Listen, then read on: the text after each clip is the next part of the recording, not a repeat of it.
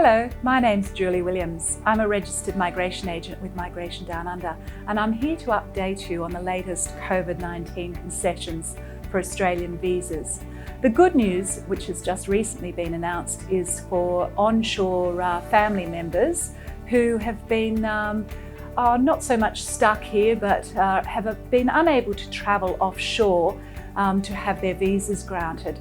Perhaps you are a subclass 300 visa potential applicant, you've lodged a 300 visa or a 309 visa, or maybe you have a dependent child, either a child or adoption or a 445, all that have been lodged offshore. But in the interim, the family member has travelled here in Australia but unable to go offshore to have their visa granted and re-enter.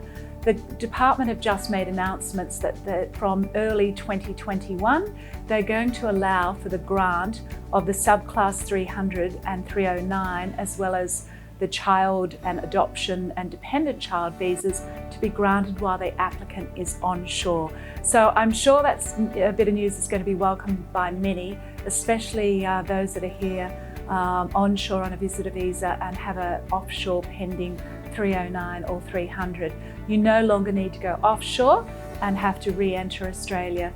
And that's going to be implemented from early 2021, and it will just be in place whilst the COVID pandemic and our borders remain actively closed and the pandemic is in place. So that's great news. Other concessions are for temporary skilled workers who are on a 457 or a 482 that have been caught out with the COVID pandemic due to reduction in hours, the closure of businesses, etc., but are still remain employed by that particular sponsor and are continuing to gradually increase their work hours or go back to full time. You can still access permanent residency through the temporary transition stream on the 3 out of the last 4 years, or if you're part of the grandfathering clauses, 2 out of the last 3 years, you're still able to access the 186, even if you've had reduced hours or have been stood down over that period. You don't have to start again because you may have had reduced hours for the last 3 or maybe even 6 months. So that's good news to many. So you'll still be able to access the permanent residency stage without having to delay that application. The other concessions are, or not concessions so much, are for citizenship ceremonies. You'll be pleased to know that citizenship ceremonies face-to-face have commenced again, and there has been 90,000 people that have attended ceremonies already this year. Many of those have been online, the virtual online ceremonies, but certain councils and certain areas around Australia, depending on the level of restrictions that have been in place or have just been reduced, have allowed for the ceremonies to continue and meet the strict COVID-19 regulations. So that's good news for many, that there are some face-to-face ceremonies attending.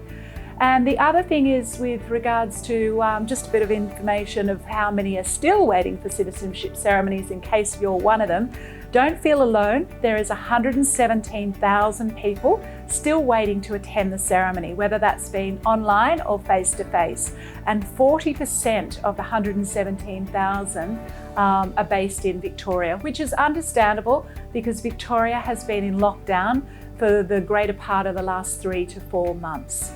So citizenship ceremonies, you can still attend, and also citizenship applications. Please don't hesitate if you are eligible, because citizenship applications have continued to be accepted. The other recent news has been the arrival of international students. The first lot of international students to our shores for the first time since the pandemic and the closure of our borders happened yesterday on Monday. There were 63 students arriving from China, Hong Kong, Japan, Vietnam and Indonesia.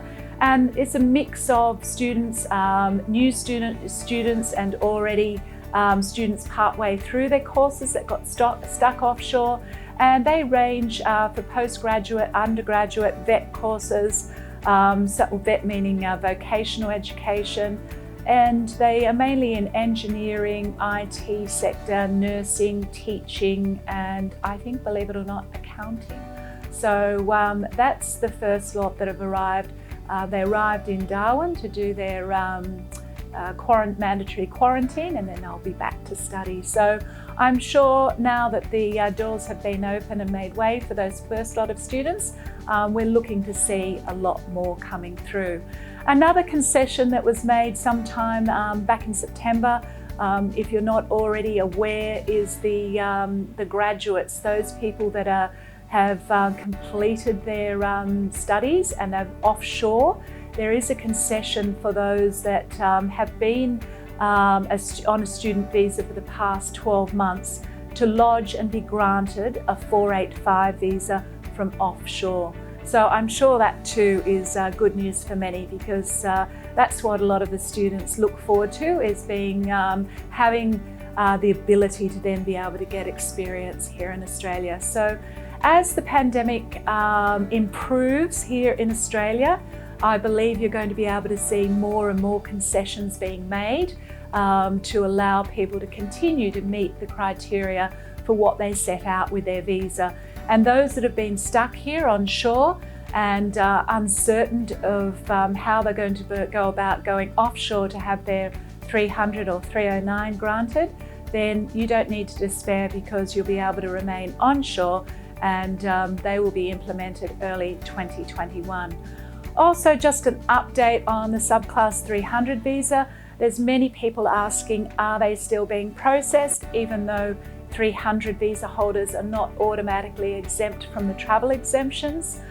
Yes, they are. We've got first-hand experience of that, and which is great news. And the case officers are giving applicants a choice, or from what we've seen, to either leave their visa pending until flight restrictions are lifted, or if they can get a travel exemption to travel, then have their 300 visa granted. So there you go, that's the wrap up for this session as far as the COVID-19 pandemic. A little bit more, I think, happier than, and positive is the word I'm looking for, a little bit more positive than from what I've reported previously. But look, keep updated. If you're not subscribing to our social media and YouTube channels, do subscribe, because that's how we'll continue to keep you updated with the latest news.